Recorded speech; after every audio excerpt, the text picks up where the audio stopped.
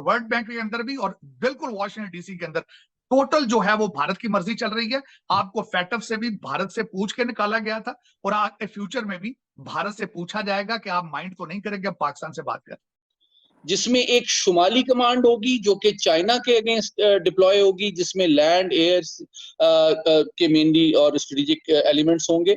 इसी तरह एक वेस्टर्न कमांड होगी जो कि पाकिस्तान के अगेंस्ट डिप्लॉयड होगी, जिसमें लैंड एयर सी तीनों के बूम आया था इंफॉर्मेशन टेक्नोलॉजी में और उस पे उसका सबसे ज्यादा फायदा अमेरिका के अंदर भारतीय निजात अमेरिकन ने उन्होंने उठाया, उनका इन्फ्लुएंस बड़ा। इस वक्त अगर व्हाइट हाउस की अपॉइंटमेंट्स आप देखें तो you will be surprised, policy related appointments, मैं ये नहीं कह रहा हूं सिर्फ अपॉइंटमेंट्स। यहाँ पे इस वक्त जो बाइडेन के स्पीच राइटर इज इंडियन और व्हाइट हाउस का इस वक्त जो मीडिया इंचार्ज है जो सोशल मीडिया का, that is Indian as well. अब इस वक्त हमारी vice president she is Indian निजात। इस वक्त रिपब्लिकन पार्टी के दो कैंडिडेट जो है, रिपब्लिकन पार्टी के निक्की हेली है और दूसरा विवेक विवेक जो है वो भी भारतीय निजात है। मैं एक पाकिस्तानी अमेरिकन हूं, मेरा पाकिस्तान के लिए फीलिंग्स है। मैं एक अफसोस के साथ ही कहता हूं कि इंडियन इंस्टीट्यूट ऑफ टेक्नोलॉजी लोग पढ़ के आके अमेरिका में हर दूसरी ऑर्गेनाइजेशन के सीईओ बन रहे हैं, लेकिन यहाँ हार्वर्ड से, ऑक्सफोर्ड से, कैम्ब्रिज से पढ़ के हमारे पाकिस्तानी निजात जो है 400 साल पुरानी ये इंस्टीट्यूशंस हैं, यहां से स्वाय मनी लॉन्ड्रिंग के अलावा कुछ भी नहीं सीख के जाते। हालत जंग में है यूक्रेन को आईएमएफ ने कर्जा दे दिया, आपको नहीं दे रहा। उसकी वजह यह है कि भारतीय डायस्पोरा, भारतीय लॉबी वॉशिंगटन डीसी के अंदर इतनी स्ट्रांग है। और मैं फ्यूचर के लिए एक आपको आज बात बताना चाहूंगा, अमेरिका अगर आपसे बात करेगा फ्यूचर में तो भारत से इजाजत लेके करेगा आपसे, वरना बात नहीं करेगा। भारत इस अमेरिका इस वक्त अमेरिका की झोली में पड़ा है और उनसे पूछे बगैर आपसे, भारत की झोली में, यहाँ आईएमएफ के अंदर भी और वर्ल्ड बैंक के अंदर भी और बिल्कुल वॉशिंगटन डीसी के अंदर टोटल जो है वो भारत की मर्जी चल रही है। आपको फैटफ से भी भारत से पूछ के निकाला गया था और आगे फ्यूचर में भी भारत से पूछा जाएगा कि आप माइंड तो नहीं करेंगे अब पाकिस्तान से बात कर। वक्त आपको देखा होगा कि इंडियन इंस्टीट्यूट ऑफ टेक्नोलॉजी से लोग पढ़ के आ रहे हैं और अमेरिका की हर दूसरी बड़ी ऑर्गेनाइजेशन के सीईओज हैं वहां यहाँ पे। बिल्कुल ऐसे ही। एक उनके पास ये एक एडवांटेज है। दूसरा, यहाँ पे इंडियन डायस्पोरा जो है उन्होंने, दे आर वेरी रिच, बहुत पैसा बनाया उन्होंने। जो एक बूम आया था इंफॉर्मेशन टेक्नोलॉजी में और उस पे उसका सबसे ज्यादा फायदा अमेरिका के अंदर भारतीय निजात अमेरिकन ने उन्होंने उठाया, उनका इन्फ्लुएंस बड़ा। इस वक्त अगर व्हाइट हाउस की अपॉइंटमेंट्स आप देखें तो you will be surprised, policy related appointments, मैं ये नहीं कह रहा हूं सिर्फ अपॉइंटमेंट्स। यहाँ पे इस वक्त जो बाइडेन के स्पीच राइटर इज इंडियन और व्हाइट हाउस का इस वक्त जो मीडिया इंचार्ज है जो सोशल मीडिया का, that is Indian as well. अब इस वक्त हमारी vice president she is Indian निजात। इस वक्त रिपब्लिकन पार्टी के दो कैंडिडेट जो है, रिपब्लिकन पार्टी के निक्की हेली है और दूसरा विवेक विवेक जो है वो भी भारतीय निजात है। और ये सारा कुछ देखने के बाद अगली चीज ये हो रही है कि इस वक्त जो अमेरिका की सैंक्शंस जाएंगी चाइना के खिलाफ, उनके साथ ट्रेड जो कम किया जाएगा, चाइना के से उनकी डिपेंडेंस जो है वो खत्म की जाएगी। ये सारा बिजनेस चाइना से उठा के वो भारत ले जाना चाहते हैं। दैट इज ये भारतीय ऑब्जेक्टिव है।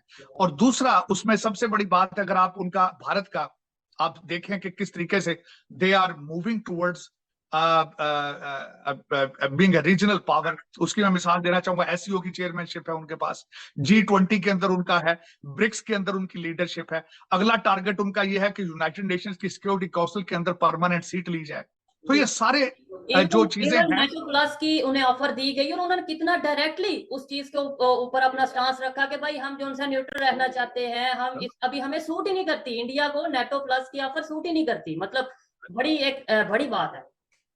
बिल्कुल, डेफिनेटली मैं समझता हूं कि दिस विल बी। और दूसरी सबसे बड़ी आपके देखने वालों को मैं बात बताना चाहूंगा, ये सारा कुछ 1991 के बाद हुआ है। भारतीय ग्रोथ जो सारी शुरू हुई है, भारत ने खुल के जो क्रीज से बाहर आके खेलना शुरू किया है, 1991 के बाद ये सारा कुछ शुरू हुआ है। एक ह्यूज मॉडल है, पूरी दुनिया को पढ़ना चाहिए, देखना चाहिए कि क्या क्या अवामल थे जो भारत को इस नेक्स्ट लेवल पे लेके जा चुके हैं। मैं अफसोस के साथ ये कहूंगा, अल्टीमेटली मैं एक पाकिस्तानी अमेरिकन हूं, मेरा पाकिस्तान के लिए फीलिंग्स है। मैं एक अफसोस के साथ ही कहता हूं कि इंडियन इंस्टीट्यूट ऑफ टेक्नोलॉजी लोग पढ़ के आके अमेरिका में हर दूसरी ऑर्गेनाइजेशन के सीईओ बन रहे हैं, लेकिन यहाँ हार्वर्ड से, ऑक्सफोर्ड से, कैम्ब्रिज से पढ़ के हमारे पाकिस्तानी निजात जो हैं, 400-400 साल पुरानी ये इंस्टीट्यूशंस हैं, यहाँ से स्वाय मनी लॉन्ड्रिंग के अलावा कुछ भी नहीं सीख के जाते। इनकी स्ट्रैटेजी, टैक्टिक्स, डॉक्ट्रिन्स, पोस्चर्स इन पे असरअंदाज हो रही हैं।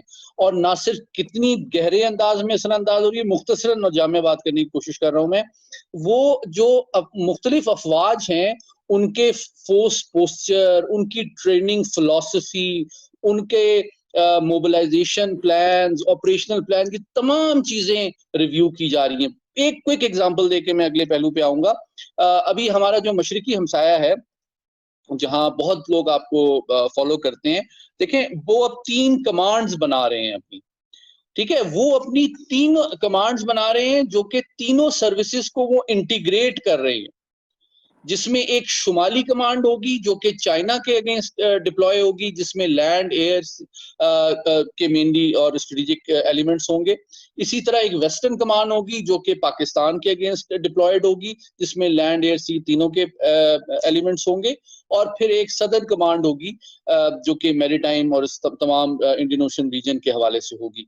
और इसके अंदर तीनों सर्विसेज, जिस तरह अमेरिकन मॉडल है ना कि 3 सर्विसेज तो हैं, वो इक्विपमेंट और मैन पावर तो प्रोवाइड करती हैं, लेकिन जो डिप्लॉयमेंट होती है और ऑपरेशनल प्लान्स जो बनते हैं और ऑपरेशंस जो किए जाते हैं डिफरेंट कॉन्फ्लिक्ट्स और वॉर्स में, वो डिफरेंट रीजनल कमांड्स कर रही होती हैं।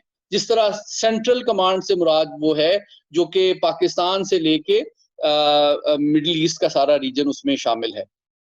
तो ये अब मुझे लग रहा है कि इंटर ऑपरेबिलिटी की तरफ इंडिया जा रहा है अमेरिका की तरह, और अपने स्ट्रक्चर्स को देखिए, उन्होंने एक अग्निपथ स्कीम भी शुरू की है, जो कि नजर आ रहा है कि फ्यूचर में वो एक इंडस्ट्रियलाइज सोसाइटी के लिए जो एक सिस्टम होता है उसकी तरफ जा रहे हैं। और ग्रेजुअली जो कॉलोनियल लेगेसी थी एग्रेरियन सोसाइटी की, उससे अब आप भारत जो है वो अपनी अफवाज को रिकवर कर रहा है।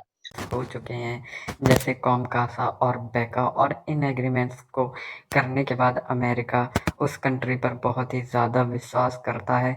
और हाल ही में पीएम मोदी अमेरिका का विज़िट कर रहे हैं, और ऐसा माना जा रहा है कि इस दौरान पीएम मोदी जो भी मांगेंगे वो उनको मिल जाएगा। हालांकि पाकिस्तान की तरह भारत मांगने नहीं जा रहा है, बल्कि वहाँ पे कुछ लेगा तो कुछ देगा भी।